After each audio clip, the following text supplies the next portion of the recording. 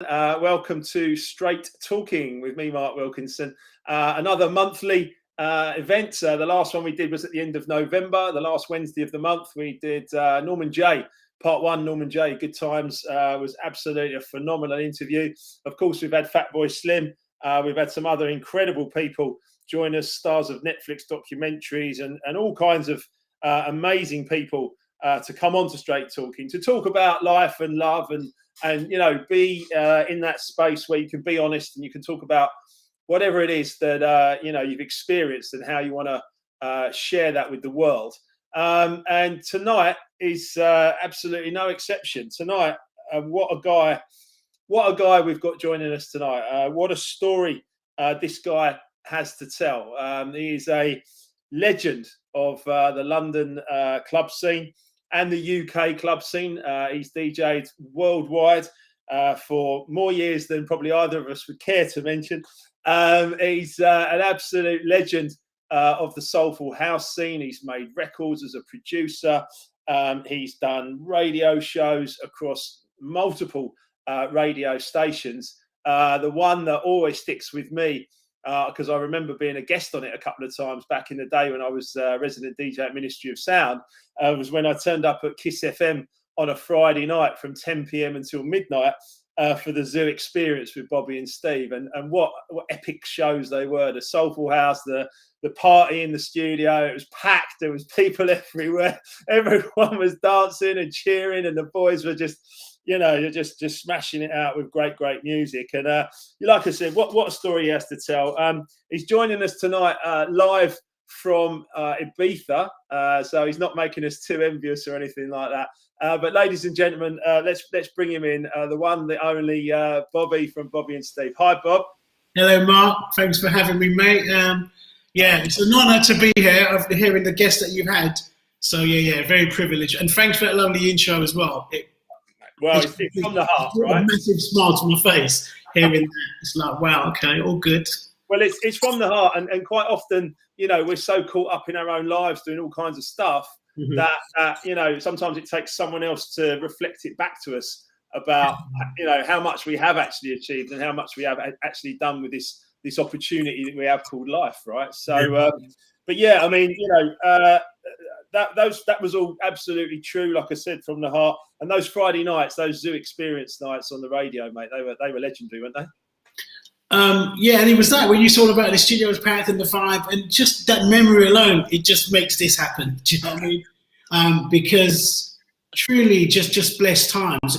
One of the things is we took to radio so naturally. Do you know what I mean? And from the pirate days, from '84 when we got on Kiss, it just became a natural thing for us. You thought, okay, this is cool, this is working. And then moving on to the Kiss FM when it got legal and bringing that vibe, it was just a natural thing we was doing. But the vibe would just, be flowing out for more. And sometimes we'd have it out only 4 people in the studio, but it sounded like 40,000 people because we were just going through it and the vibe. And that's what it's all about, I think, with me and Steve and all our Zoo crew, Chrissy, Rupert, and all the boys. That's what we exuberate. That's it, man. It's just real. It's just real, man.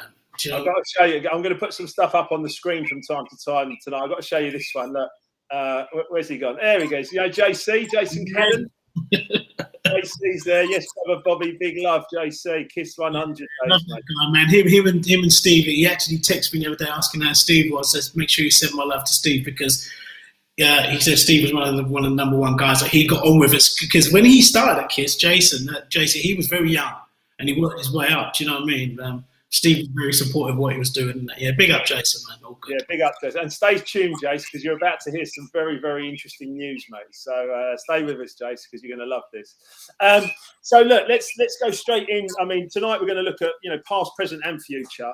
But let's start obviously with the present, and the present being. On New Year's Day, I think it was actually maybe the 2nd of January. Yeah. I'd been ill actually. Ill-ish. I'd had a little bit of COVID and I was laid up for a week. And then out of nowhere, I got this little Instagram message from you, Bob. And it was just like I was like, first of all, I was honoured to get the message. It's always good to connect with people that we've respected and worked with in the past. Mm-hmm. I got this message from you, and you reached out, and we switched numbers, and it was actually that perfect moment, because it's that really quiet time of year when no one's really just with family, and it's and we reached out and we swapped numbers, and we ended up speaking for about an hour, didn't we, on the 2nd of January? Yeah. I mean, we haven't spoken for many years before that, right? Well, we haven't spoken for a long time, absolutely right. But the universe has a way of bringing people together. And what was on your mind when you reached out? Well, what it was on Instagram. I saw someone had tagged you in on something, and I saw this, and I thought you've written a book, and I saw it saying award-winning. I thought, what's happened here? I didn't know your story. You were sick, so I've checked, done my little research, looked into everything, and I saw that you was very sick. I didn't hear that, and your live remix, and I saw a little picture of a little Janet Jackson microphone, and I thought, what's going on here? And I read your story, and I thought, look at that, because me and Steve I'm just believers we've known each other for many years, right? But we've never had a conversation beyond music. Why would we? Because we were put together for music, and we was always just passing. So like a lot of our peers, that's how the world is. But you don't get to know people. So when I read that, I got to know about your life, right? That segment of your life, where it was, right? Your past, and what brought you to do this book that I saw, and I thought, what's this? Da, da, da, da. So I read it, and I thought, wow. So that's why I sent you a message to say, wicked, brother, da, da, da, this and that, just I hope you work. I'm just inspired by not even reading the book. I mean, I am reading it now, because I've got a copy. There it is. Yeah. I've got a copy of the book. I brought it over to our booth with me. But just hearing that story of yours, I was just inspired, because, like you said, the universe does have a way of bringing people together. And I wasn't looking for nothing and whatever. And I reached out to you, and then here we are. And I'm sure you're going to tell the story of what's to come, Well, I mean, yeah, absolutely. I mean, we spoke for a good hour. I mean, I remember seeing your interview with Andy Ward probably a couple of months before Christmas, which was a really great interview, really in depth. And you spoke a lot about things that were very relevant to my journey, my book, and to Life Remixed. And Andy even followed me up with a message and said, "Did you see the interview I did with Bobby? Because I think you should really have a conversation." And I did. I watched the video back. I didn't reach out to you or anything like that, But the universe has a way of just bringing people together. So we had a conversation on the 2nd of January. We were talking about everything, and somehow we've come up with the idea that it's time for you to write a book. I mean, you must have been thinking about that for some time, right? Yeah, I mean, Steve has always been the man. I've got ideas, you know what I mean? But Steve's always been the ideas man, do you know what I mean? And even because he's always said, oh, well, look at our journey, look at this, look at that. But not on a big scale, it's just because we're not cut from that cloth, we've done this, we've done that. No, but like you said, when someone repeats your journey and what you've done, it happens to me and Steve a lot. We just get on with our life and do what we have to do. We're guided by the universe. We believe that, always have done, and the law of attraction and everything else. So we've been blessed, to just what you put out there will come back good, and that's how we've lived our life. And he's always said, we need to do a book. And then we're going to talk about it. Then this happened to Stevie, this COVID situation, which for those who don't know, we'll hear about. Yeah. And me having to speak to a therapist, because it was devastating for all of us, at the time when we heard it. After 2 months, I was like, what am I going to do with my life? Because I've done no life without Stevie, right? He's my twin brother, right? And then she said to me, you need to carry on and do some things that Steve was very passionate about. And then the book came to mind, and I thought, I have to do it. So it was just talk. And then, like you say, the law of attraction and getting into people. And then I connected with you, not to do the book, but then you put it into me, right? And the news, obviously, that I want to share is that Bobby's coming into the Life Remix coaching program with the exact goal of writing this book. And I'm honoured. I'm absolutely honoured. And I want to put this out to the universe and say right here, right now, I'm absolutely honoured to help you produce this book as your coach, as someone who's done it and someone who can actually share it with you about the journey and what needs to be done and all the detail behind it and everything else. I'm absolutely honoured. So, you're gonna get so much value out of us all working together. And you're gonna plug into a network. I've got about 50 odd coaching clients now, and so many people that the group. You're probably going to absolutely love what's going on, and you've got so much value to add. And the whole conversation we're about to have tonight, you've got so much value to add And like I said, the first thing I said tonight with the intro was what a story this guy has to tell. And now it's time to tell that story and actually and share the journey. And then, so like I said, past, present, and future is what we're talking about tonight. Let's circle back then to the past. Where did it all begin? It all started in the summertime of June 1984. Me and Steve, we left school in 1980, 16 years old, and them days was a lot of jobs around, apprenticeships and that. I got a job at British Gas as a gas engineer. Don't ask me why. Fell into that. Fortunate for that, because I still apply that skill today, that trade. And I became a gas engineer since 1980. We've always been into music, never DJed at all. And then we, from Forest Gate, East London, we used to hang about with a lot of the firms down there. Our firm, we had our boys. And then we'd all meet in the pub called Simpsons, which is on Romford Road. Anyway, Simpsons got refurbished. We was palling with the manager, Jim. And then the week it got done, we was at the bar. We'd go there for pre-drinks before we went to Bentley's, which was in Canning Town. The legendary late Derek Bowling used to play there. So everyone would go down there, and there's like 10 people in this pub. But it's like a trendy wine bar now. And we said, Jim, what's going on, bro? We're like, you need to get a DJ down there. We never DJed. We had bought records, never DJed, right? Never promoted. Anything like that. And he looked at us, he knew we was into music, and he just said straight away, Jim, you need to get a DJ down there. Why don't you guys do it? And he turned away. And we looked at each other and we thought, yeah, why don't we do it? And that was it. Went out. And then the next day we said we're going to start the Friday after. Gave ourselves enough time, right? 7 days. Straight talk. Exactly, straight talk what we're doing, right? And then we got some A4 paper. I've got my notes on here. Look, we've got A4 paper, and then we just wrote it down in this and made 6 flyers out of it, photocopied it all, gave them out in the street. Now, remember, we had no business plan. We hadn't promoted before. We know you have to give out flyers and that because we was clubbers from 1978, really, going out at 14-year-olds, right? So we was aware of the club life and everything. And we done the party. We hired some Citronic decks. We had an all-white Citronic console with a lovely Citronic mixer. Everything was white. We had these white scoop bin boxes. It looked amazing, right? That was it. First night, packed the place out at 250. So we became DJs and promoters without realizing what we were doing in 7 days. And we haven't stopped to this day. Wow. Right? And so that's how it started from there. That was 1984. And then we started doing house parties, illegal house raves and warehouse raves were in there. So we had a little crew and got a little firm together. Someone would get the electrics, would go and get a key cut, because them days you could have access to get a key to view a property. They won't even come with you. As long as you left some documents. And that's what we did. We'd done that, put some electric in the house, and that's how we'd done some big house parties, packed them all out as well, still doing the wine bar situation. And we got a name for ourselves. And Gordon Mack turned up because he heard about them days. It was areas, who was good in what area.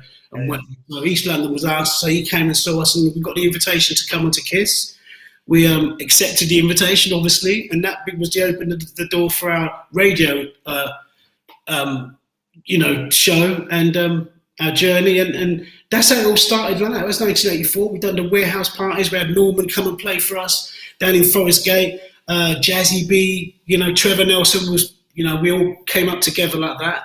And it was just great. And then that was 1984, and then we moved on. 1988, we expanded our promotional skills just from East London, because we always just had about a 4-mile radius of where we was, but we went to the West End. We got a club called Monkberry's that was in Swallow Street. It was a Wednesday night. Someone had told us about it. We went down, saw the manager. He was a cool guy. He was like an East London fellow as well. So we got talking with him, because like we were speaking earlier, it was hard for doors to open, right? For promoters, the brothers. If you was a brother, you had to get promoted. But he opened, like I said, the universe has its way of doing stuff. So 1988, the doors were open for us at Swallow Street, Monkberry's, and then we done a Wednesday night. Then we was playing disco, soul and boogie. It was amazing. Our residents with Paul Trouble Anderson, Shola, who plays percussion for Jamiroquai, Fabio from Groove Rider, Colin Dell, Greg and Henderson and us. And it was just disco and boogie, and it was going on for about 2 years. And yeah, that's where it started from there. That was the boogie days. Then we went into that was 1988. But 1987, we got on a plane with Norman Jay and went to New York. And that opened our eyes to house music. We was fortunate enough to go to the Paradise Garage in the summer of '87, and we didn't even know anything about the Paradise Garage, but we just ended up in this club. We thought, what the fuck? Look at this! What's on there? It was just amazing. Larry Levan, the late great Larry Levan was playing. So we had an introduction to house music at the highest level, at the highest level. Again, it's just what was meant to be, right? That's how the universe was working. So, and that's it. We went and bought our first house records out there. You Used to Hold Me, Rafi Zario, straight after the club. We threw about 4 records, brought them back to the UK, and that was the door open again for our soulful house journey. Yeah. And then we moved on. You've been championing in soulful house since the day dot, like you said, describe it. I mean, I was a suburban kid, and I was in, Radio London was playing like soul music, and stuff like that, and I'd be listening to all the radio. The nights out. I'd be going to the Radio London all night out. Don't be ashamed, brother. We used to go to that as well. I'd be going to like Hammersmith Palais and Paradise Lost in Watford and all these clubs, and just having a really, really, really great time. Really enjoying the soulful sound. And then, like the 4 to the Floor kind of came in. Everyone sort of did acid for a bit and did acid dancing and stuff. But for me, I loved it when I started to hear Byron Stingley, like with 10 City and stuff like that. That just pulled me back. That pulled me back from the techno, and it just brought me back into the soul. And I was like, yeah, this is it. This is what I want to be doing with my life. And no, it's brilliant, mate. And what a great story. And very similar to what Norman Jay was saying. In fact, that it's really difficult to get a break. And yeah, I love the way you use the language, which is basically like the universe opens doors at the right time when you're ready for it, and you two are obviously ready for it. And Norman's got a great story about him and Danny Ramplin flying outside the Astoria for Nicky Holloway's night. And yours is similar, right? I mean, you literally, you cut out some flyers and you went out and you started promoting, and here we are, like however many years later. Yeah, that's right. It's just. When I tell that story as well, when me and Steve used to speak about it, you think, wow, because then it was just like that was the natural thing to do. So it wasn't like what we do. It's like, this is what we're doing and we're going to do it, and that's it. You didn't have social media to sit and start pushing that out to everybody. Do you know what I mean? It was literally get out and print and pass out the flyers, wasn't it? Yeah, and the funny thing is as well, I mean, we knew a lot of people in the area in Folsgate and everything else, but there was no fear about, is this going to fail? Because I think because we both had our full-time jobs, so it wasn't even about the money. Yeah. Do you know what I mean? It wasn't even about the money for us. It wasn't a business. Do you know what I mean? It was just like, this is a little side hustle. It's often the best way, though. It's often the best way. If you focus on money, I've got clients and people that are going to work, doing a job that you mentioned the job about obviously the trade and the gas engineer stuff like that. I've got multiple businesses and multiple companies now and everything else, which is great.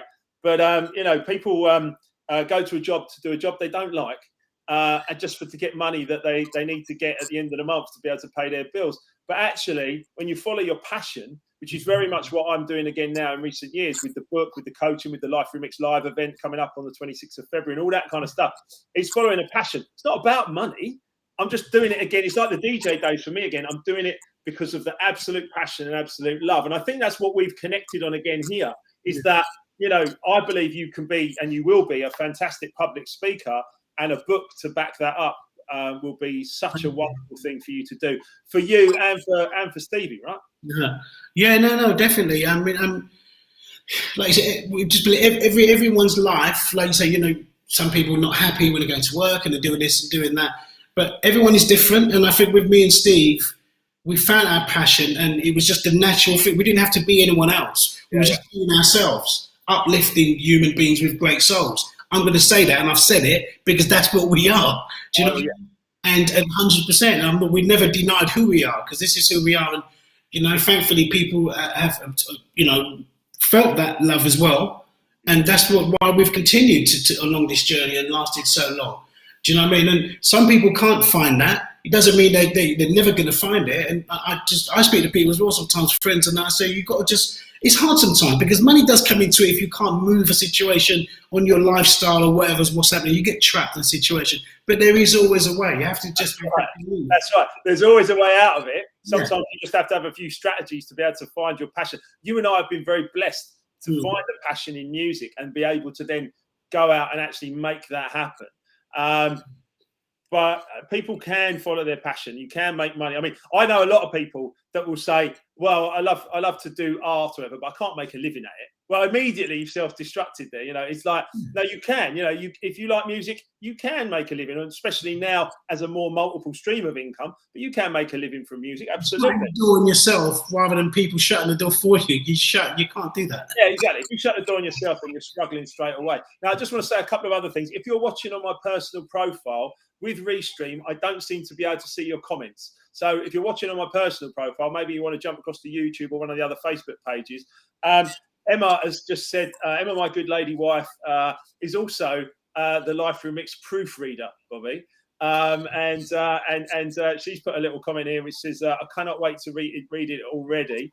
So that's awesome. And by the way, she will be helping you with proofreading and details just as part of what we're doing together. She's the backup plan to what I'm going to be talking to you about and how you're going to produce this book. So that's awesome. There's loads of other messages coming up here. Here's another one from Gab. Brilliant, Bobby. Looking forward to reading the book. No doubt about it. It will be a fascinating read. Absolutely. Jace just saying that's amazing news. Welcome aboard, Bobby.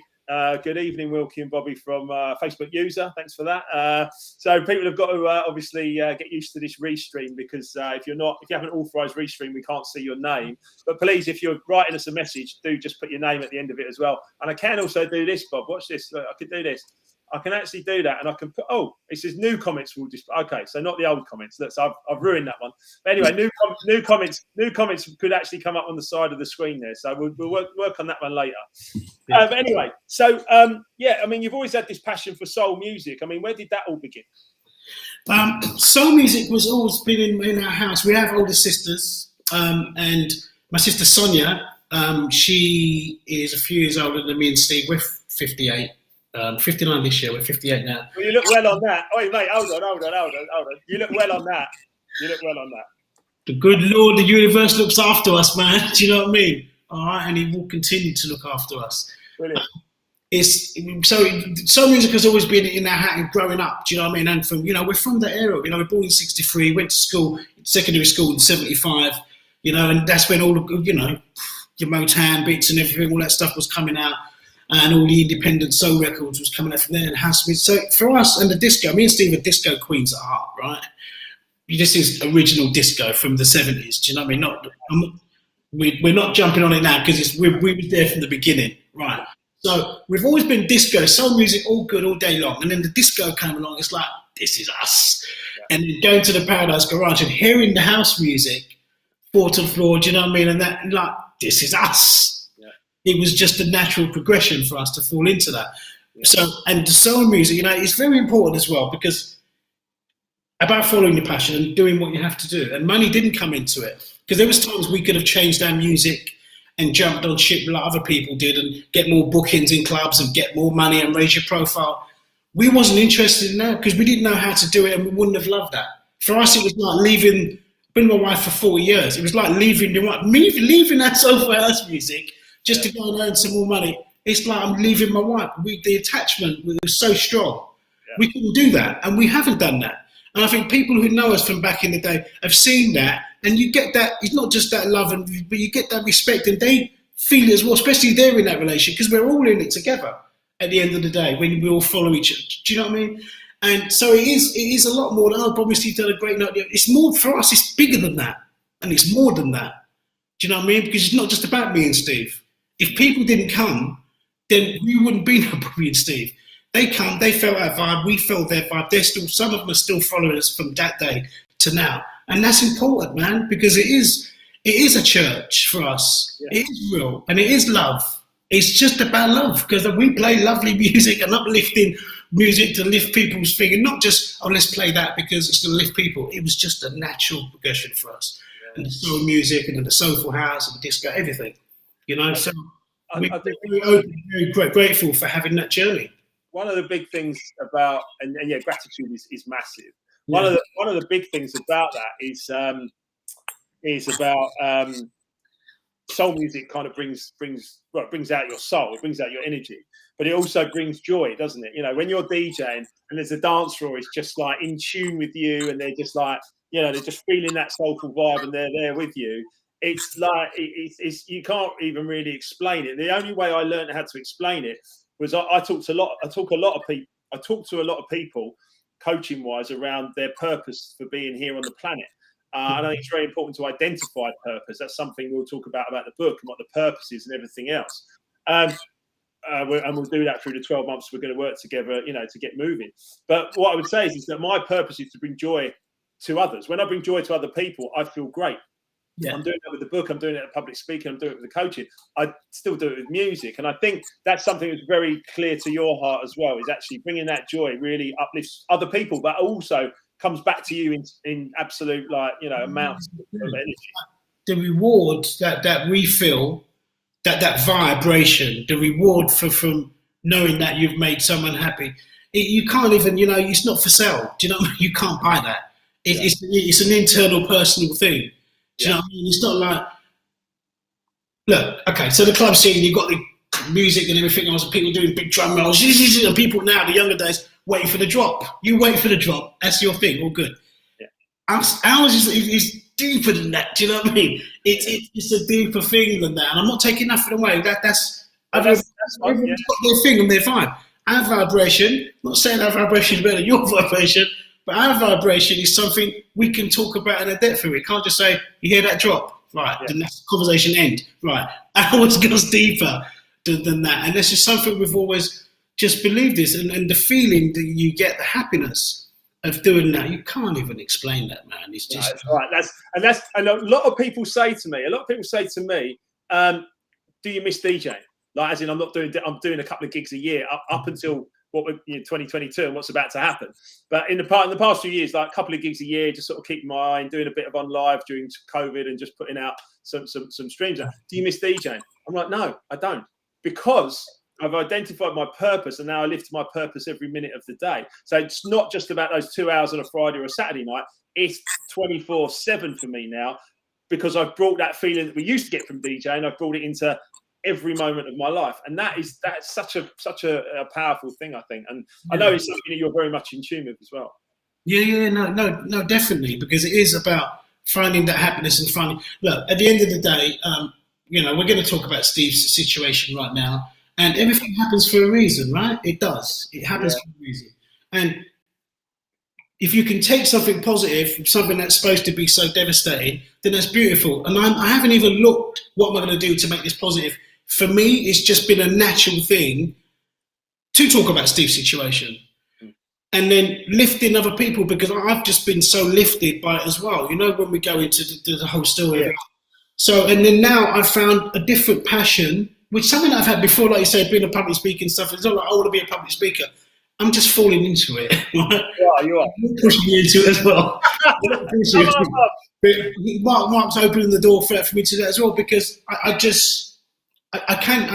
have a story. I'm not reading a book to talk to people. These are all life, personal experiences. And if I can talk about them, I'm not reading it from someone else's book about their story. This is our story. And our story is deep, it's real. But there's so much beauty coming from this devastation, what's happened in the last couple of years, right? There is. And I see another calling for me there to do that and to help others. Well, one of the first things I put in my book is, in every crisis, there's an opportunity. Yeah. And sometimes you have to look really deep to find that opportunity. But, we're going to talk in a couple of minutes, obviously, about what happened. But what I would say is that when you lay yourself bare and you put your story out there, people do really respond to that, and they will respond to you and what you're about to do in the next the next 12 months with everything that we're going to talk about. I've got a couple of more messages here, Bob, as well. I've got who's this one here? Good evening, Wilkie and Bobby, from Richard. There we go. And we've got Sarah. There she is. Welcome to the Life Freaks family, Bobby. That's from Sarah. And Dwayne as well. Dwayne just saying, evening, gents. And there we go. Thank you so much for being here, guys. We really do appreciate your input and you watching us and talking about, or being involved in the stream and listening to, obviously, particularly Bobby's story. So we need to talk about, obviously, what happened around March 2020, right? I mean, life kind of changed completely, right? Yeah. March 2020, it changed for the whole world, right? But me and Steve and our family, how it changed for us is like we're both one of the early ones to catch COVID. We believe it was come back from whether it was or not from a trip to Madrid to DJing on March the 7th, and because it was the Sunday after that we came back, we was getting symptoms. Well, we wasn't feeling, losing our breath, and I was on a conference call and I was losing our breath and thinking, oh, we caught something here.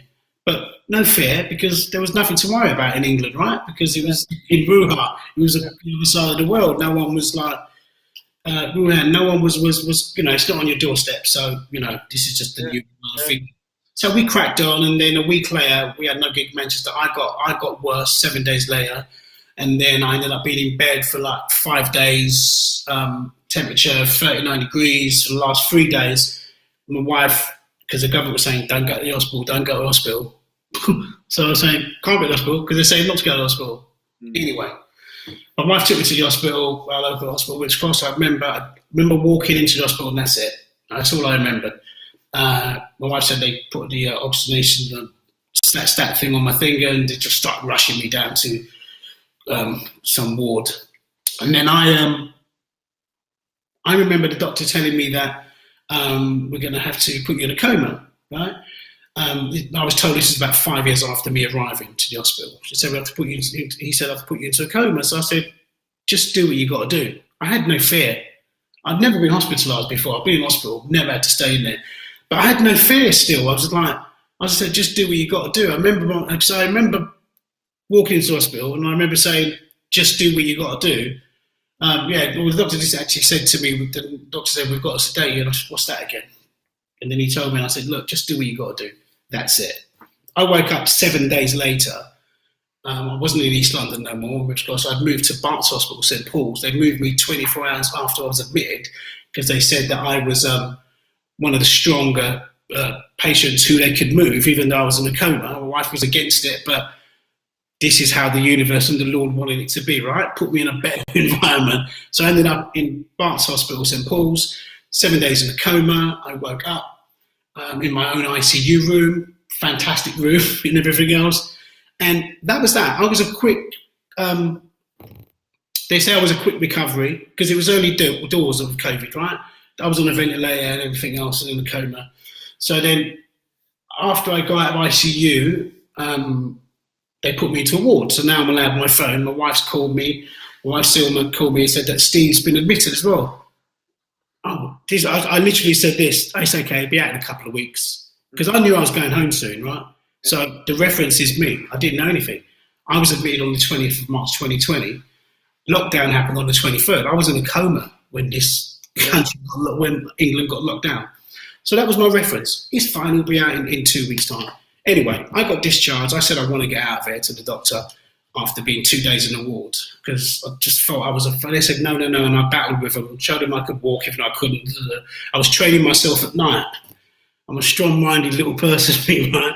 At night time, I thought I've got to get out of it, because I felt okay in my inner soul. I felt right, and he said no, because you're too weak, you can't. So when at night, like 2, 3 in the morning, everyone's sleeping, I'm getting up and walking around the ward to show, to just get some energy up. And I said to the doctor, I can walk.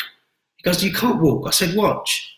I said, and he said, you can't, because the physio was about to do. I said, let me walk over to the toilet, because you're going to fall. I said, I've been practicing. He said, what? I said, watch. But again, it's just goes to show, but I've never been in that situation before. I've never had to deal with that, the walking situation. But it's just that inner belief and that strength, and not just applying it to that. I've always applied it to all my life, right? Just put that positive thing out there, and that's what I did. And they said, okay, if you continue this, you can go on tomorrow. No, they said, the next 2 days' time, I said, I want to go home tomorrow, because we've got to do better than that. I said, what have I got to do to get out? He told me what to do. Get out of there. Let me out. I got home. So that's really the end of my hospitalisation story, right? I got home, and then 3.5 weeks later, Steve's still in a coma. And then they took, because every time they was trying to take Steve out of a coma, they called his hair, he was getting stressed, he kept biting the tube, right, the ventilator. He kept, well, on the tube, so he's dangerous, so I had to keep putting him under again. Extra sedation. So he, 3.5 weeks later, they took him out of the coma, and he opened his eyes. Like with myself, they said, open your eyes, they track the finger, follow the finger called tracking, squeeze the finger. Steve wasn't squeezing the finger, but he had opened his eyes, so they're doing that and he's not moving. So then they even said to us, no, he's not doing that yet, but we'll try again tomorrow. Tomorrow, same thing. Then the alarm bell started ringing for them. And they said, look, we're going to have to do a CT scan. We don't think anything's wrong with the brain, but just for precaution, we think it might be the sedation or whatever.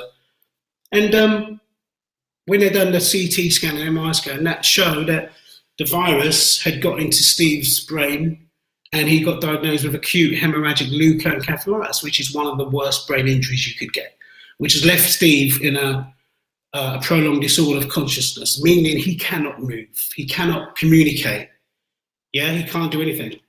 He's opened his eyes still, he has a wake up and sleep pattern, but he can't do anything. Like, he's hoisted out of his bed and put into the chair, and that's it. He has a wake up and sleep pattern, and that's it. He's been fed with a tube. He's been fed with a peg, which is the tube, right? He's got nutriments they're feeding him with, and that's it. So at the moment, it's nearly 2 years in March coming this year. Steve hasn't declined at all. He hasn't improved, but we know that Steve is just in himself, inside. He's working away, right? And we have the strong belief, against all the odds, what people say, listen, that the doctors and the consultants, we just believe something, Steve will turn a corner. How big he's going to turn that corner, what's going to happen, we don't know. But we know and believe. It's not like, we have to start being positive. No. From day one, when me and Steve's wife, Julie, were brought into the room, and we was told the devastating news that, I'm really sorry, this is this and that's that, it's only 10% of people really come back from this, and if they do, I just said, straight talking, I said, it's fine. He said, what do you mean? I said, it's fine. I said, even if you said it's 1%, Steve's going to be that 1%. And that just came into me straight away. It's not like, I'm not in denial and not silly about life. But okay, no one really knows about the brain. So many magnificent stories come out of brain injuries.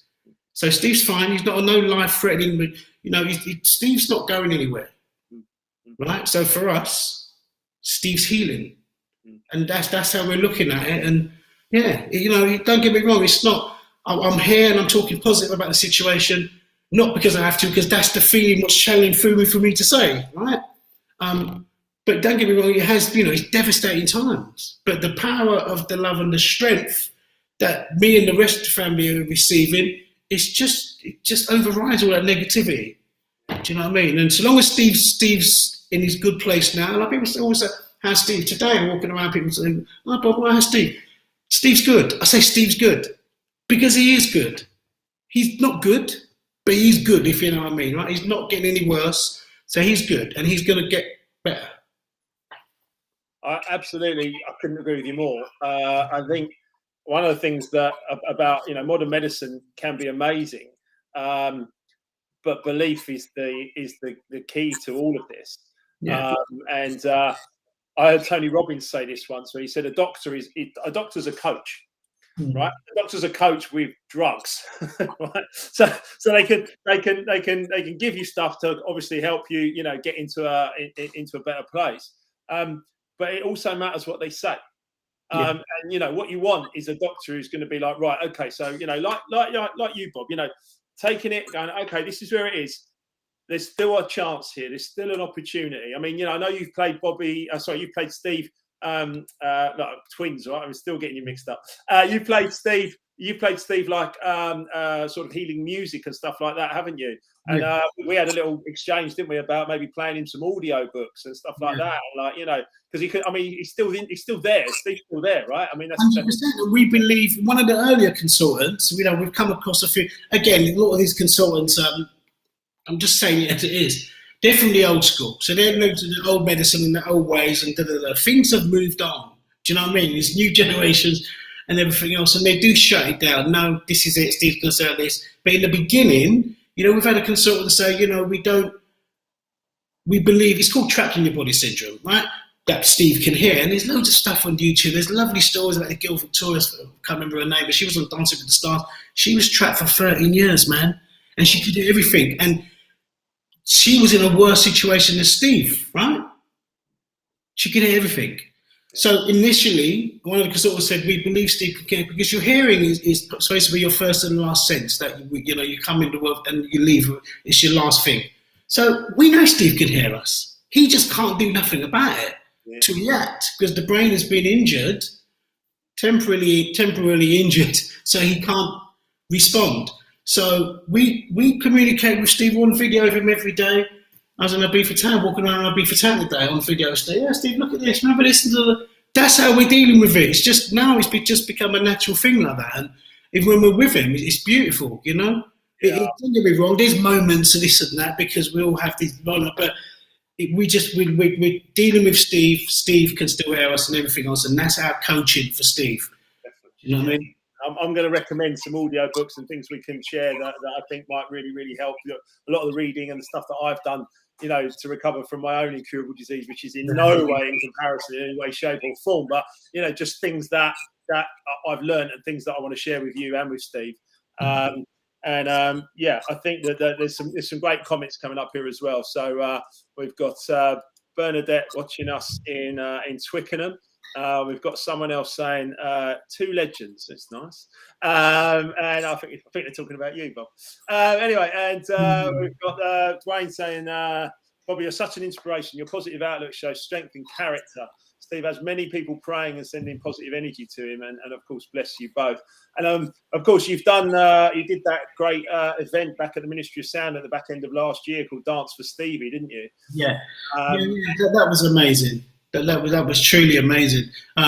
So the story of that, how that came about is, you know, we've because of the length of time we've been around, there's a lot of people all around the world who've played for our events, GO Odyssey and everywhere, and Groove Odyssey and everywhere played for us.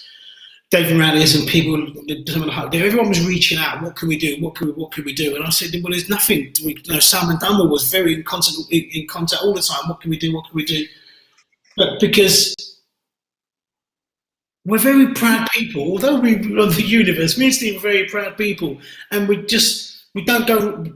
It's never been for us to go and put our hand out and give us. Do you know what I mean? It's not like, no, I can't do that, and I wouldn't write it off. And I'm not against it. If anyone was doing that, it's like, what are they doing that for? No, because everyone has their reason. But it's never been a situation for us to do that, right? Doors have always been opening. Not like we're lucky. We've always believed, and just so it's always been okay. Don't get me wrong. Everything hasn't been all money dropping on us all the time. No, we've had to graft, and there's been up and downs throughout our musical journey and for our life journey.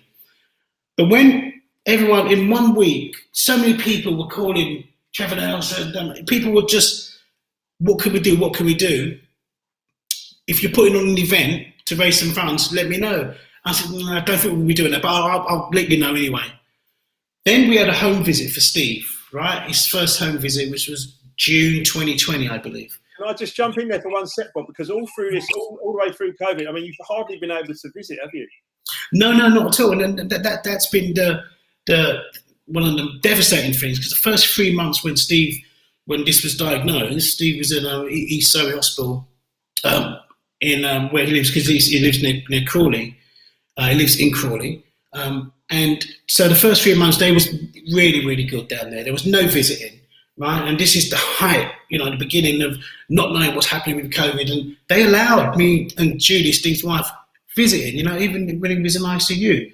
And then when Steve got an award, Julie was allowed every single day. She was there for 4 or 5 hours, sometimes even longer, breaking all the rules, as you do, Julie. And I was allowed a weekend. I allowed every Sunday, once a week, but only 2 members of the family. Then he moved to another place in Putney for assessment. He was there for 4 months, no visiting. In them 4 months, he allowed 2 visits. My amazing Queen mother, our mum, went to see with Julie once, and that was it. Steve's daughter went once, and that was it. No more visits. Then he got moved to where he is now in Guildford, in Hazelmere. But in all this time, there's been no visit. We had a few visits when he got moved, November 2021, when he got moved, November 2020, when he got moved to where he is now. So there was like a 12-month period, really. The first year, we must have been maybe, if we put it down to paper, a month's visit in all that time.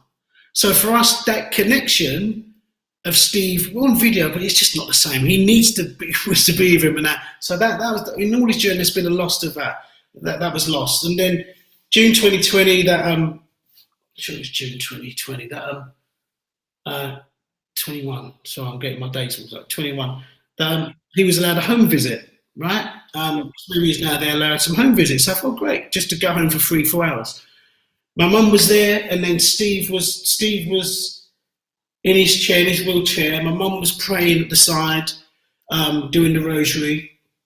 And then we was all about 6, 7, 8 of us. We was all at the other side of the lounge having a laugh because the vibe in there was amazing because Steve was in, the vibration that Steve was giving off was just, well, look at Steve, you can just sense he knew he was home. He knew he was home, man. Do you know what I mean? And we thought, look at Stevie. And, you know, it was powerful. My mum's doing the prayers, the atmosphere, we're all uplifted and all good. So, you know, mum goes, oh my God, like in an alarming way. We've taken Steve had moved his head. My mum's moved his head while she's doing the prayers and looked at my mum. She goes, hey, Steve, look at. So from that powerful moment, it was just, Steve needs to get home, man. Do you know what I mean? He needs to be in his yard. He needs to be in his house. He needs to be surrounded by family who he knows and will giving him that love, you know, that vibration. So then straight after that, I thought, we need to do a party. We need to put hands together and go with our cup. Do you know what I mean? So, and that's how that became that, because they'll give something back, and we wanted to do the party to get the house adapted. So he can have a wet room downstairs and have a bedroom downstairs. So it was a win-win situation, and the party was an amazing success. We raised some great money. We're not there 100% yet with the funds, but it's been amazing. The power that was in that room, I mean, we've been promoting for so many years, right, since 1984. And we've had some amazing uplifting moments in our clubs, right, in our parties today. But that party there was the first one, obviously, that we ever had to do something for a reason to raise money for Stevie Sick. But again, it was just what you put out there. It was just an amazing story of what we've been doing throughout our journey. And people, not just the DJs, people giving back to us. Because it's not just the DJs that want to do, people just coming and giving back to us. The love and the power in that bloody room was just amazing, man. So it was so powerful. Yeah, it was great, you know. And then it was on October the 3rd, 2021. And just other bounce back off of that, which wasn't great, that our mother passed away on the same day. Do you know what I mean? And I put that on the mic because it happened while the party was going. Do you know what I mean? So there's Well, yeah. I mean, it's been quite a time for you, hasn't it, mate? It's been quite a time, and you know, full of challenge. And yet, the way you talk about it is beautiful. The way you've you know, the way you're dealing with it, and my you know, belief for you is that. This book, you know, it's going to be yours as Steve's story, but it's something that needs to be told. Yeah.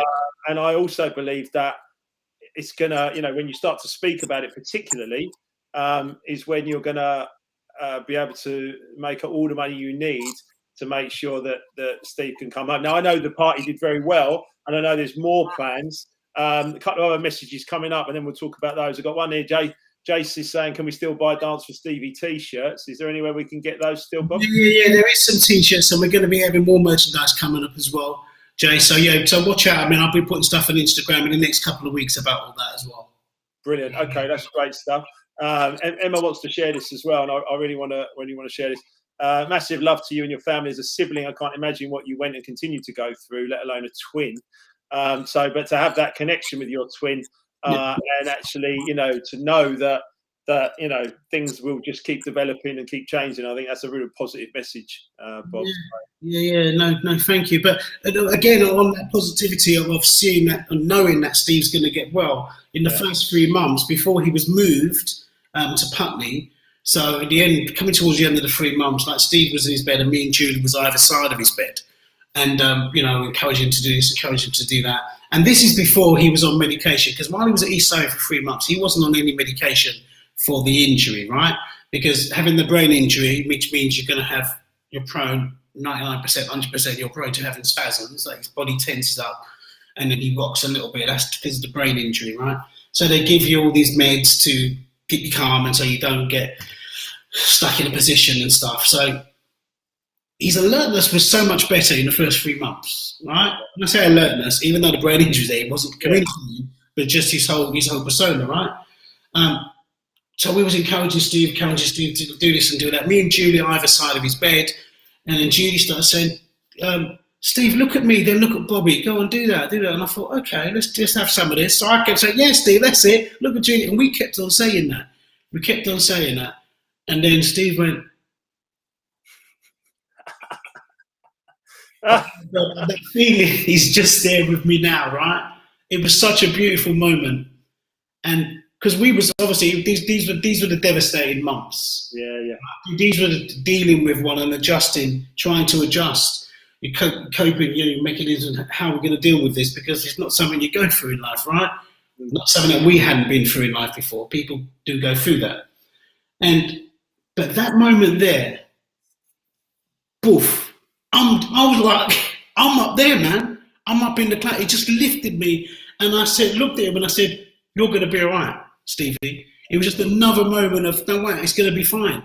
And then I was just great after that. I was just really great. I suppose everyone has their moments of stuff, but I thought, look at that. Steve is going to be, and that was just another powerful moment for me, knowing that Steve is going to be all right, man. And in there might be the working title of the book that we just we get lifted, right?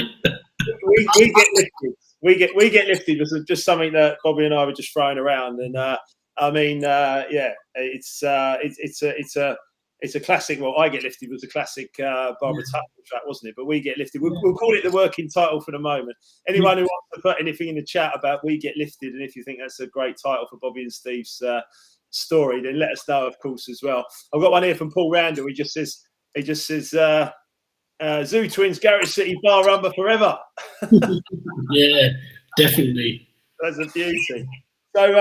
So yeah, look, I mean, there's so much to this. I mean, obviously, you've still got your Groove Odyssey nights, and there's more plans for more stuff for Stevie to raise more funds that people. Yes, I mean, yeah. What's happened with the again, moving on to another my calling. All right, me and Steve's calling, but me fronting it, because we are one, me and Stevie. All right, and just doing this Dance for Stevie thing, there was so much joy that came out of it.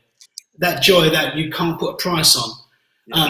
And just doing a lot of the, there was a lot of, I was on TV channels a lot, all the big channels, promoting and talking about Stevie and promoting the party.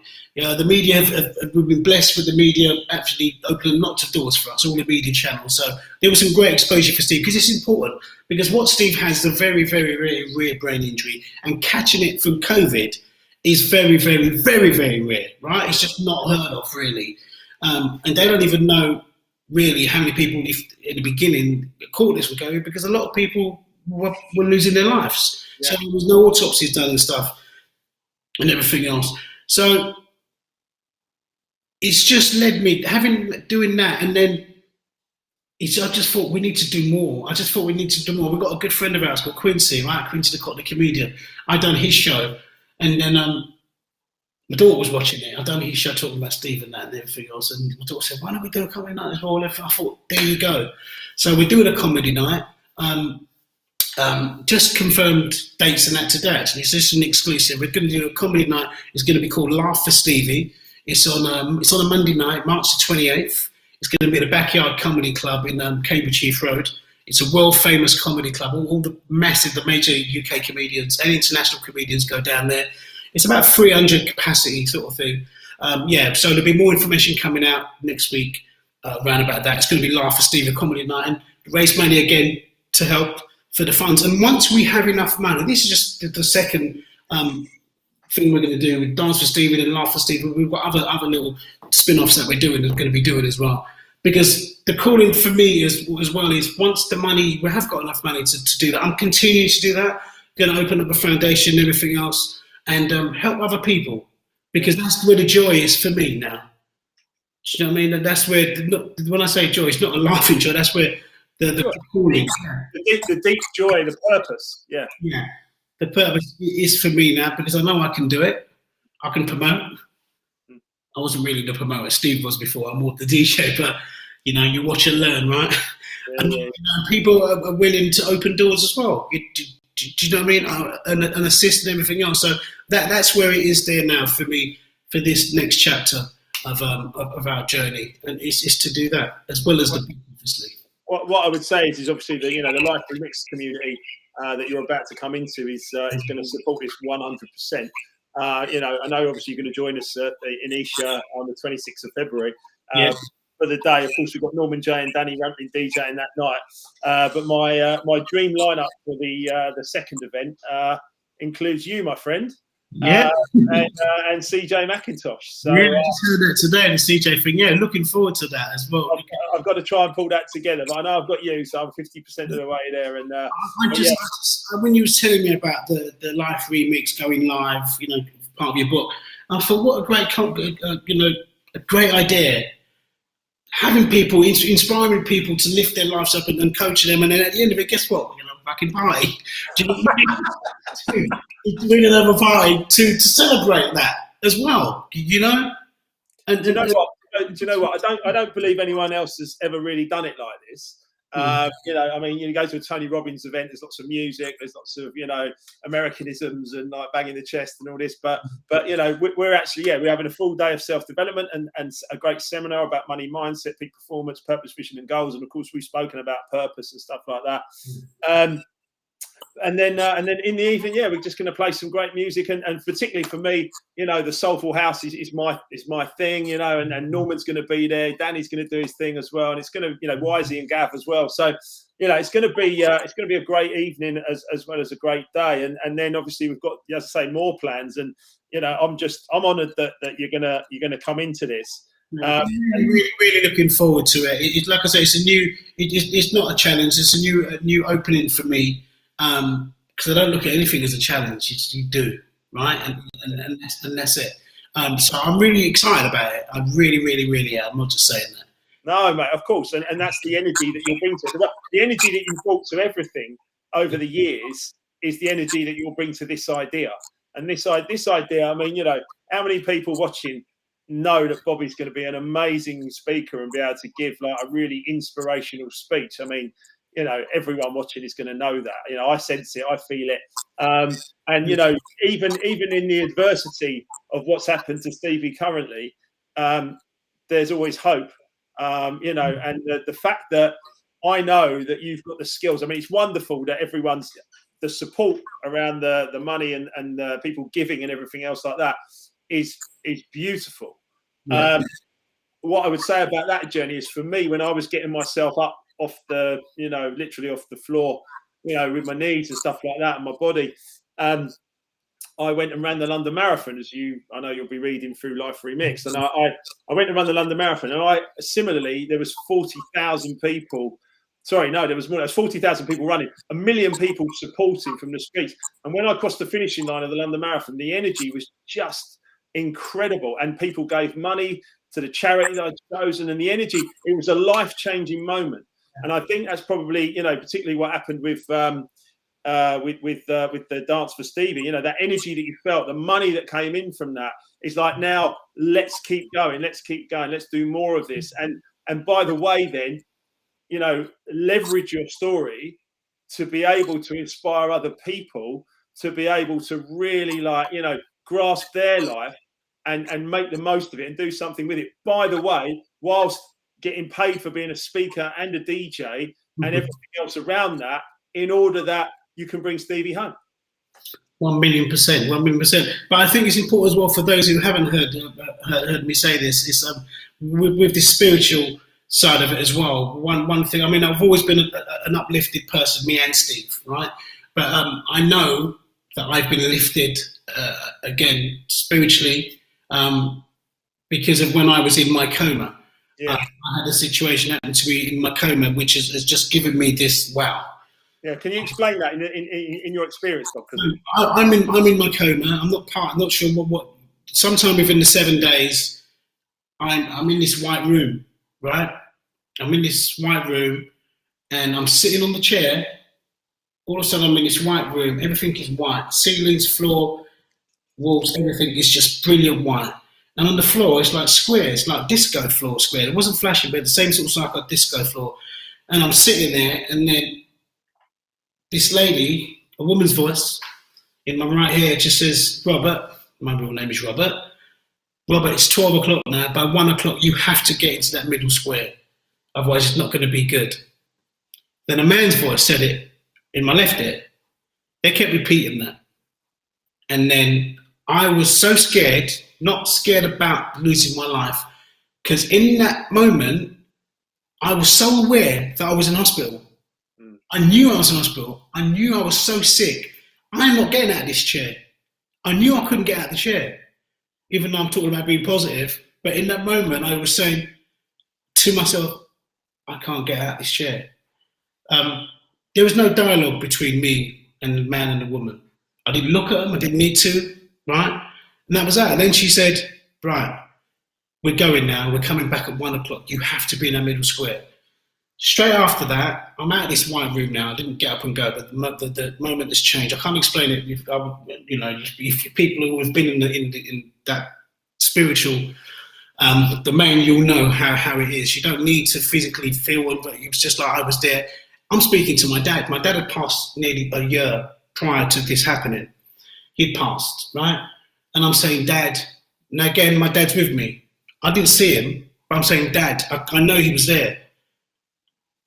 Dad, you need to help me. I can't do this. I can't do this, Dad. I'm swearing a lot, right? I can't do this, Dad. You know I love my wife. I've been with my wife, and I've got 3 adult children. You know, I've loved my kids. I can't do this no more, Dad. Again, I'm aware Dad's passed. Dad, take me with you.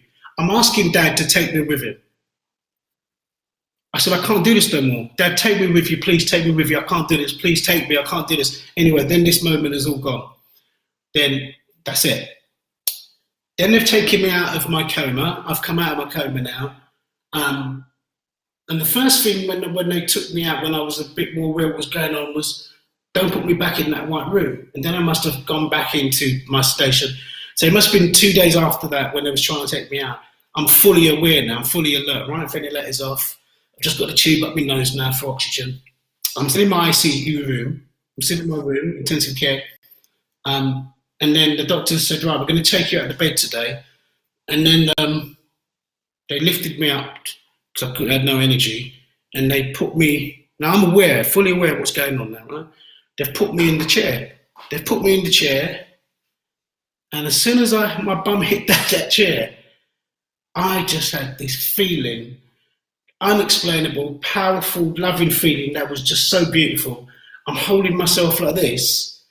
And this feeling, I'm going, oh my God, what's happening? Oh my God. All I'm saying was love, love, love. And the doctors have gone, are you okay? You okay? And I'm crying, smiling, looking at them going, I'm good. And I'm looking around the room and I'm going, oh my God, I had this feeling.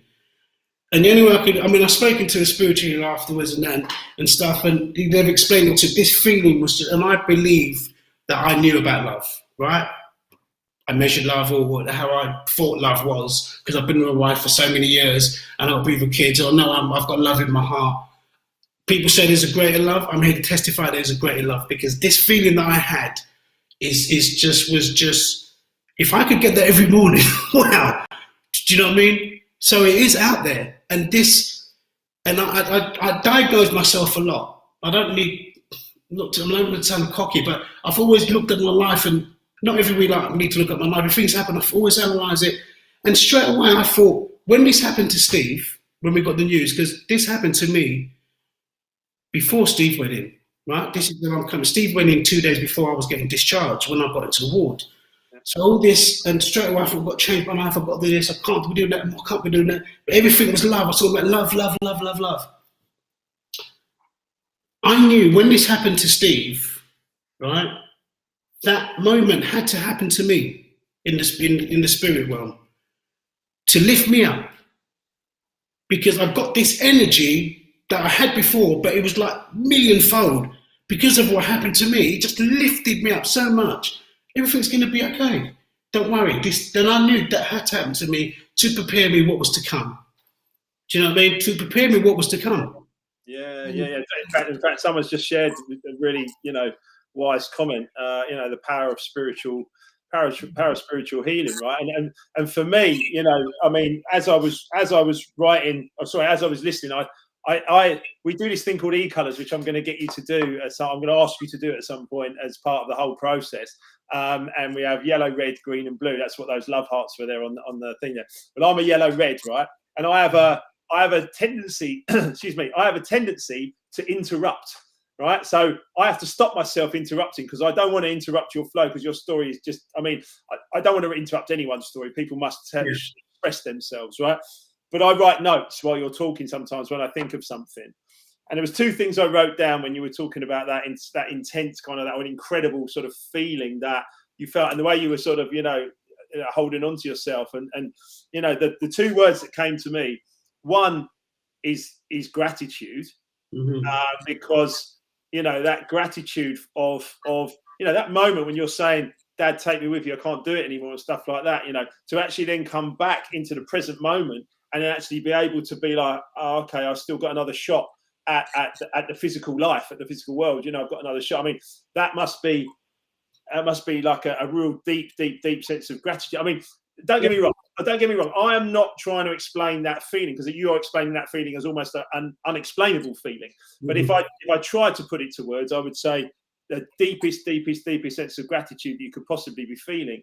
And then I've got a definition of love, which I share later in Life Remixed, which you will get to. My definition of love, when I realised what I thought was love, was never actually love. My definition of love now is total acceptance.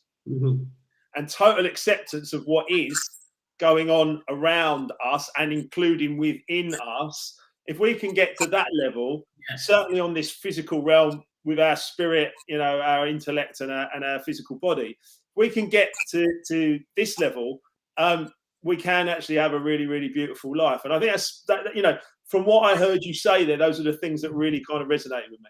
Yeah, no, and it's definitely true, because like I said, me and Steve are well-travelled throughout our DJ career to amazing places around the world, like yourself. Me and my wife and my family, we travel a lot for holidays. The sea, we love the sea. Me and Steve Scorpions, I love the sea. Coming back to Ibiza, August 2020, I didn't want to fly anywhere, but I did. We're fortunate enough, we've got the sea just outside our apartment. And I've never seen the sea how I see it now. Everything, the beauty of life, I'm just seeing it through these lenses. That's like I said, I've thought to myself, I've been so lifted. Look at this. And I'm feeling energy now from energy sources where I wasn't feeling before. I thought I was, but it's just, do you know what I mean? And it's beautiful. And the whole thing, I'm a lovely guy, but I'm very aggy as well. I can be. It's calmed me down to a level that's just so beautiful.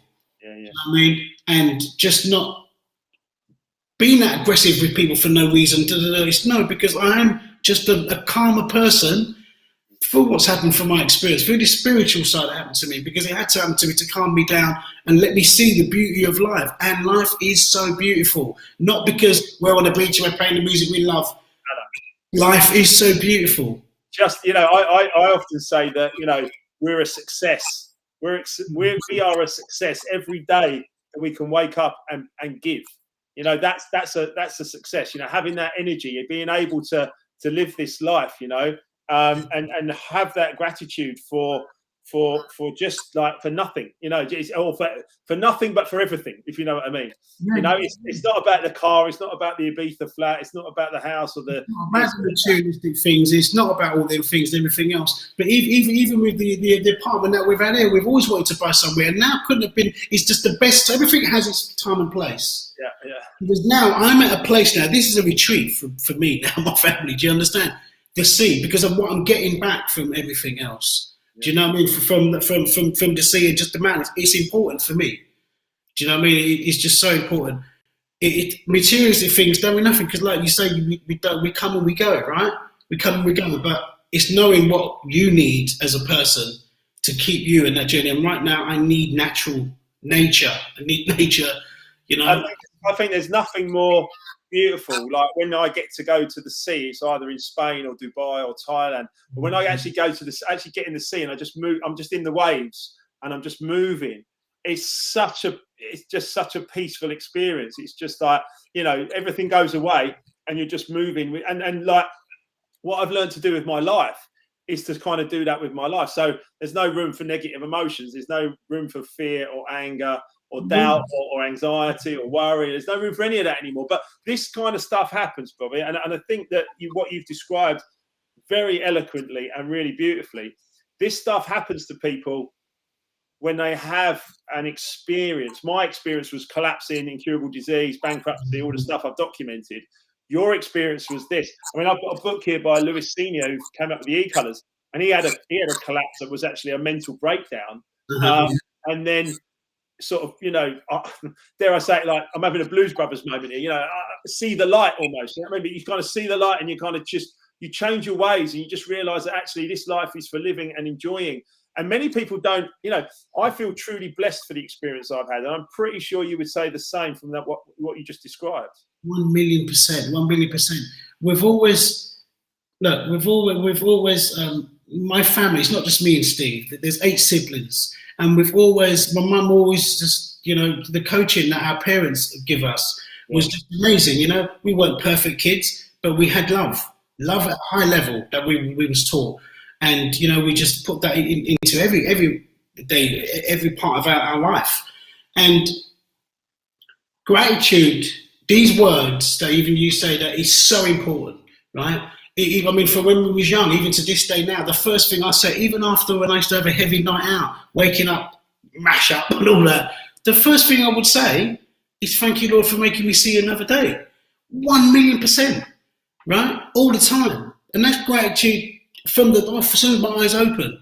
And up to that, now I say more than that because I'm a bit more open to everything. I say my prayer as soon as I open my eyes, because we have to be grateful for everything we've got and just believe. When you just believe and be good people, right? Don't have to be practiced to be good people. Just get away, take the rubbish out of your life. Take the rubbish out of your life, and then things will just improve. Everything that you want, you can have. I'm not talking about the watches and the cars and this and that.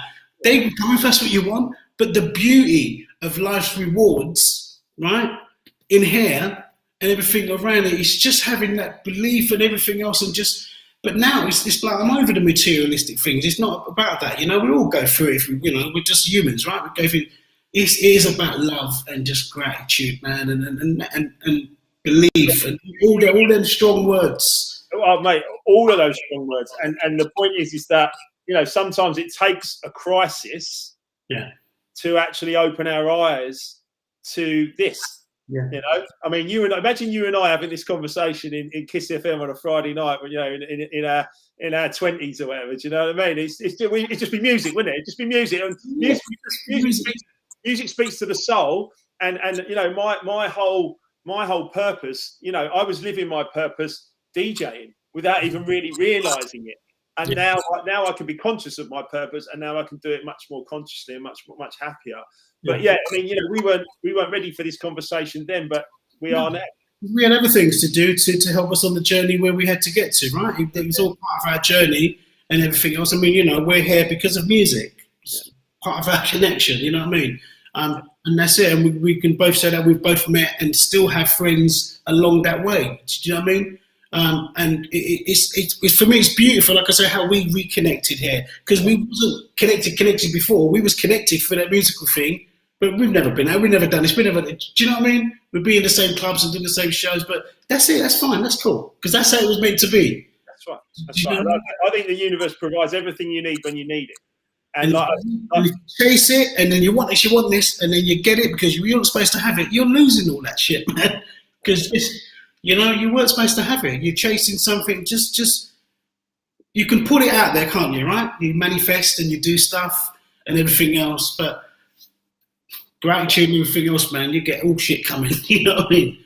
I would say that everything happens as it's meant to, and you know, we were meant to swap messages on January the 2nd. We were meant to have this call. We're meant to, you know, get this book done. And you know, I mean, so many people have been watching us for quite a long time this evening. So many great messages coming in.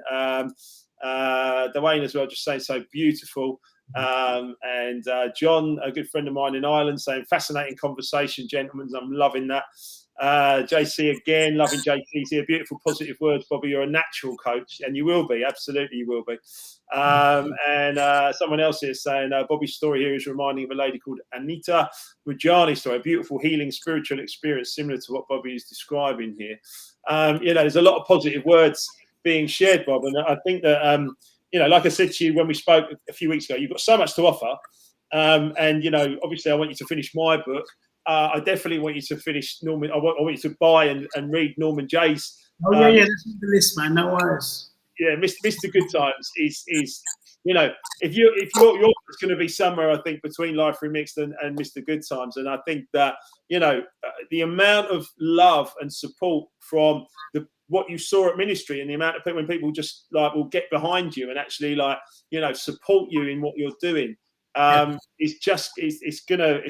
You're gonna fly, and I know you're gonna fly because of the way you're talking, you're feeling, and the fact that you have a purpose. That one of my biggest drives was my mother had always been in like difficult relationships, and she needed some help, and so I was, even when I was bankrupt, I was driven to bounce back and help her. And we bought our house and we set her up, and she's all sorted and it's all good. But that was one of my biggest drives, because I was like, I've got to help my mum, because she's never quite sorted this out. So I've got to do it. And I stepped up and I did it. And that is where you are for Steve. 100%. And like I said, even though I'm talking about I'm going to do this, I'm do this and do this and do this, everything is for Steve. Yeah. Everything I'm doing here is for Steve, because we've done everything together for each other. Yeah. And my purpose now, and this even stronger positive energy that I've got, is Colin Williams, a good friend of ours. He said a few things to me before. He said, Bobby, every time I see your interviews or do this or you're talking, it's like, it's you and Steve there. Yeah. There's two of us, the energy. And I can believe that because I can feel it. Do you know what I mean? So everything I'm doing, and the whole family, but obviously I'm at the front leading this and doing what I have to do, it's for Stevie. I don't need to get rid. I'm not after no recognition for nothing. I don't need nothing. I've got everything I want in life. Now I need my Stevie back. We all do, and that's what this journey is about. And then once we get Stevie, we're going to get him home. And like I said, and then there's going to be funds for. There's loads of stuff out there. The new hyperbaric oxygen tank and everything else, which is good for the energy, good for the brain, and everything else. That's all costs money, you know. You're looking at 40 grand and all this and that. We want to get Steve set up in a place where we're giving him all the holistic treatment we can give him as well for this, to help with this. So it's an ongoing thing. But we want to raise. We want to raise money for this foundation to help others, because that's the calling. That's the calling. End of. Do you know what I mean? I'm still going to be in the music industry. We're still doing Groove Odyssey. I'm still going to be taking some bookings here, selective bookings, and doing stuff, because I'm not going to kill that passion. I was going to. I just thought, right, that's over. I'm just doing that. But again, I had to take some therapy in the first 3 months to keep myself, because I felt myself, and I'm very strong. I was having thoughts I've never had before, personal thoughts, and just stuff, and my thinking wasn't just there. And I couldn't control that. So I had to go and get some therapy, and got some amazing tools off this amazing therapist, which has helped me as well as part of my journey. Do you know what I mean? So the passion, the what me and Steve have and everything else, that's going to roll and go forward. You know what I mean? For Stevie and for others, man. I'm using what I can to help others. Do you know what I mean? I think the energy, like Bob Proctor is one of my mentors from The Secret, and I asked you to watch The Secret, didn't I? Loved it. I said, and it's amazing. It's an amazing documentary. So Bob's one of my mentors, and he talks about the way energy comes to and through you. You know, so energy comes to you and through you, to you and through you, to you and through you. And as long as you're in the flow of energy, then everything just works perfectly in your life. And you've got double that, because you've got, you know, yours and Stevie's flowing through you, and I feel that, and I think that, people are going to, absolutely support this journey more and more and more. And obviously, the book is a stage-by-stage thing. This took me about 12 months to write after 10 years of thinking about it, by the way. But the point is that, you're on a mission here, and I'm really grateful that you're here with us tonight. And I'm also really grateful that we're going to, collaborate, but also, I'm going to drive you on. I'm going to push you on to get this done because. No, definitely. And the book, I can't wait to get into this book again, because it's one of, you're not saying I didn't want to do it, but Steve was always pushing it. He was in front of me, going, got this. And there's a list of things that he wanted to do. And I'm going to try and go through that checklist and tick him off and do everything that he wanted to do. I spoke to him about the book already. When I visited him last Saturday, I said, Stevie, brother, this is what's happening. Remember Mark Wilkerson, Kidology Records, I've linked up with him and this and that, and da-da-da-da-da. Do you know what I mean? So, I'm just giving him stuff, and he must be thinking, fucking about time, Bob, as well. Do you know what I mean? But all them things, it's important, and I can't wait to get into the book because, people are hearing stories. This is just the tip of what I put down on paper. About our upbringing. About my dad, about my mum. There's going to be a lot of personal stuff in there as well, because it's important to see where we're at now, me and Steve, how journey, where people see us in the clubs, but everyone's got a story, man. Everyone in this world has a story. Do you know what I mean? Everyone has a story, and unfortunately, the more people I speak to, we've got devastating stories as well. But that's cool, because from that devastation, you take positivity from it and everything else. And I just think it's important for people to hear our story, like yourself and where you are now, for people who don't know you, your downfall that you had. We've all had downfall. Some of us fall lower than others, but it's important to stand back up again and be strong. And I just know that we've got this COVID thing. Even if this COVID thing didn't happen, me and Steve will still have a great story, because there's a lot of people don't know about me and Steve. Yeah. It's not a secret situation, but it's stuff like, why do we need to share it? But there's so much has gone on, right? And I'm looking forward to putting that in the universe for everyone to. There'll be so many people that will love this. And, I saw the response when you put a post on Insta and stuff like that. You've got a huge amount of followers and people love you for just being you and just being that music man. But there's so much more depth. There's so much more depth, as you said there. And people are gonna love this. I know it. A couple more messages from Dwayne, which I really want to read. It says, I wouldn't be here if I hadn't hit rock bottom myself. The affiliation with the Soulful House community literally saved my life. He's full of gratitude. And he continues with this message as well, which is beautiful. Says, you're both very special people. Thank you, Dwayne. That's really good of you. Says, thank you for this. This conversation is enlightening and uplifting, and the world needs people with your energy. And Dwayne, I would say if you're in Isha on Saturday the 26th of February, come to Life Remix Live, where I will be moving hugely outside of my comfort zone and delivering my first ever public speech and seminar for the day. And then we're going to have a party in the evening, so that'd be great. But I've got one more question for you, Bobby, and then obviously I just want to sort of open up the floor to you if you've got anything you want to add. Music production, because you've produced some tracks, remixed some tracks, haven't you? Yeah, we've produced and mixed some tracks.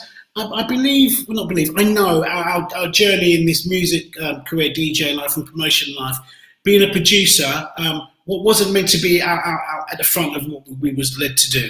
Do you know what I mean? So we would only really do one record every 2 years or whatever, because it wasn't important. We actually had offices and a recording studio on Shaftesbury Avenue for 14 years, right? We had a 32-desk Mackie, and that I learned how to do that. Ricky Morrison showed me how to use the MPC drum machine, which I've still got, and stuff like that. Just sort of self-taught, and then we'd work with other producers, but it still wasn't a main thing. We've got a studio, let's rent it out. It just wasn't really that important. So, I mean, a great story is the first record we ever done was with Death Street called Love's Got a Hold on Me, right? I think it's 1992, and that we actually made with Death Street down in Camden, and we played it on our radio show, Kiss FM, because Kiss FM came legal in 1990, right? We had a Friday night show, 10 till 12, and it was the first record we played, and the phone never stopped ringing. Simon Dunmore, Bob Masters, Steve Wolf, everyone was on it, right? I thought, wow, what's going on? Because we're DJs and promoters, man. We just did another little side hustle, to produce records, and Simon Dunmore won the battle, and he signed it to Cool Tempo, right? And he was actually at Dance for Stevie. He was telling me this because he played it at Dance for Stevie, and he gave a lovely speech about it. And he said to me, "Do you know that was the first record I ever signed?" Cool Tempo. I said, "Was it?" So, and it was it's just, so we've done that, and then we've done some other bits and pieces. We signed a group, a 3-girl group called Overjoyed. Brian Chambers, we've done a few tracks with him. We've actually got an album come out. We finished an album called Let's Stand Together. We thought, let's do an album, nothing Steve wanted to do. So we finished the album. The album was released in February, and then obviously COVID happened. When we went to Madrid, actually, it was the first party of the tour that we was doing. For the album? For the album. So the album got to #1 on Traxsource. Yeah. We wasn't even around to promote it, because then we got COVID 4 weeks later, right? And that's when all this happened. So we've had an album come out. It's available on Traxsource. Let's Stand Together. Some great tracks on there, some great artists.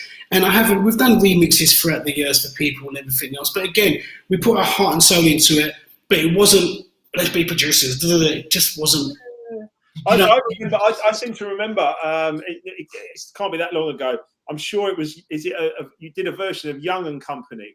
That's on the album. Yeah, I like what you did to me. Yeah, I'm just going to sing it. I'm going to say, I like what you do to me. Yeah, oh, mate.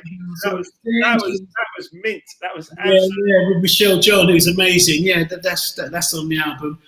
Lifford's on there as well. We've got some great people on there, man. Very Gene Khan. Yeah. It's a great. And we're going to get the album remix as well, and then give it another lease of life, because it didn't get the like a lot of people, not just us. Everyone's got a story about releasing stuff, but that was our only album that we put out. And then 4 weeks later, I'm in a coma. Steve's in a coma. It's like, I mean, I'm back in the studio making some music. I've done a track with Kenny Thomas and a track with Errol Reid. I've got a new one coming with Rita Campbell, and a few different things. If you ever want me to have a look at that Young Company, mate, I'm going to start sending you a few bits again, because I'm going full soulful house now. I mean, I'm actually doing what I would like to have done from day one, but I just wasn't. I was kind of between two camps almost. I was like the Junior Boys Own camp and the Soulful House community. And I was kind of in there between the two. This time, now I'm making this kind of music. I'm just like, this is the real me, But it's taken me 50 years. It's taken me peace with yourself, and you found your true calling, Soulful House. Yeah, mate, that's it. Finally, I've got it. And, the Junior Boys Own stuff and the flying stuff, you know what I mean, and all that lofty and all that. Come on, man, it was still great music. It was brilliant. It was brilliant. It was just I was making tracks, and I was kind of like, yeah, they're good, but they're not quite. Dave Lee was always one of my favourite producers. You know what I mean? And all the Americans, all your Spens and Charismas and all these kind. I was always like, I'm so into that. I was in Ministry of Sound dancing to CJ at like 6 o'clock in the morning. Do you know what I mean? And stuff like that. That was my thing. It was my thing, and I never quite cracked it musically as I would have liked to have done in my 20s and 30s. But now I'm just doing it. And this is the thing that I really want to get to, not through to you, Bob, because you were talking about it, but really get through to people that are listening and watching, is that when you get yourself into a really good vibration, whatever your experience, however you get there, you get into gratitude, you get into acceptance, you start to feel joy, you bring joy to other people, you feel good about yourself, you feel good about others. That's when you really get creative. Yeah. That's where this came from. Mm-hmm. That's where this music's coming from. It's coming from a state of all of those emotions that I just spoke about, and then just pure creativity. Yeah. And that's what I coach people on a lot. I say, look, sometimes we've got one of my favorite films is A Shawshank Redemption. And he's in a 30-year prison. Well, my 30-year prison was kind of like a self-imposed prison, if you like, a mental kind of, thought process. But, he swims through the sewer. Sorry if anyone hasn't seen it. But he swims through the sewer and he comes out and he's like that at the end. And he's like, thank goodness. And the rain's, it's a very dramatic moment. And it's a feeling of freedom. And that's where the creativity comes through. So I will support you 100% with the book, with the music production, and anything else you decide to do, mate. I want you to be a speaker on life. I appreciate that. But again, what you're saying there is about everyone needs to just be at peace with yourself. And I think with me, even though I was really comfortable pre-COVID with myself, being a very positive person, I believe that, well, Mum always said that, you have to have peace in your heart until, and I get it now. Now I get it. Yeah. 58 years old, I get it. And that spiritual moment happening to me, I'm so at peace. And my heart is open so much. I'm allowing stuff to come in. Do you know what I mean? And I will take on anything. You're ready to take anything. You're ready to, you finally found yourself because you're ready now. You're in that place, right? We all have to understand and believe. You don't know, oh, why can't this, why can't I do that? Because you're not ready. You know, you have to be ready and just, you have to be open. Just be open and just open yourself to this universe, man, and let things happen. And then you'll be ready. You think, I can do this. I'm going to do it. I've done it. Yeah. You know what I mean? 12 years ago, I had a visualization of being on a stage in front of a couple of hundred people delivering Life Remixed live as a speech.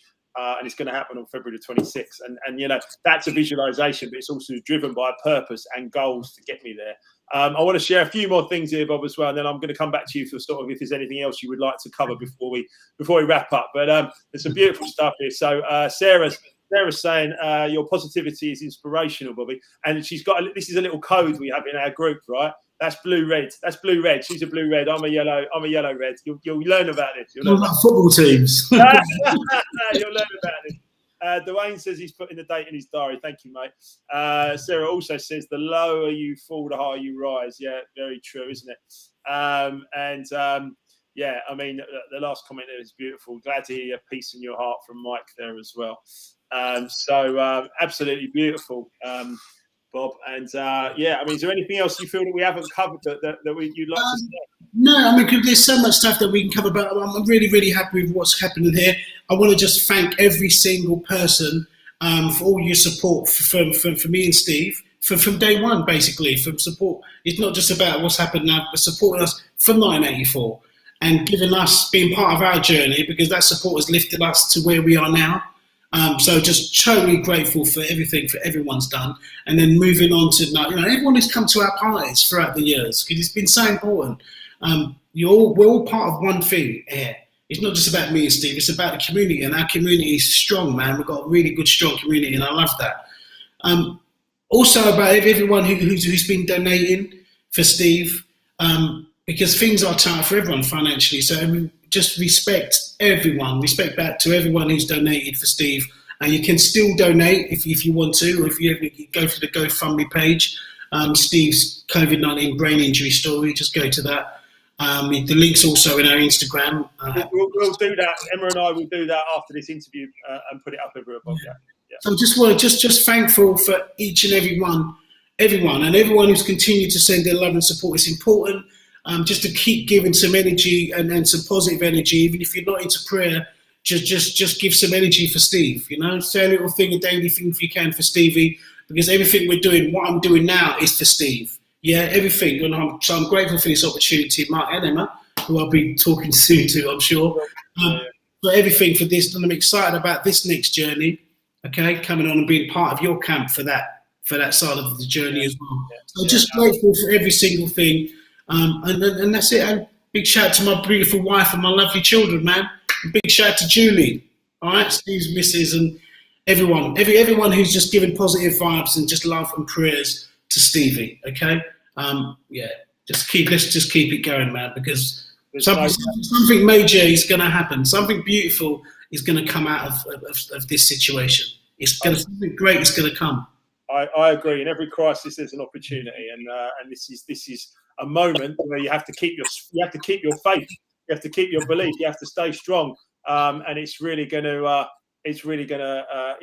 be an amazing part of the journey. Ricky Swank, who's Norman's mate, Swanky, enjoyed the interview tonight. Big love to Steve. When you see him next, please, Bobby. Please do that, and obviously from myself, from Emma, from everybody.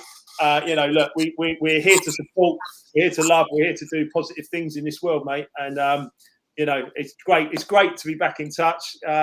It's great to have this common ground around the written word and being able to put stuff out there, and who knows where it can lead us musically and everything else as well.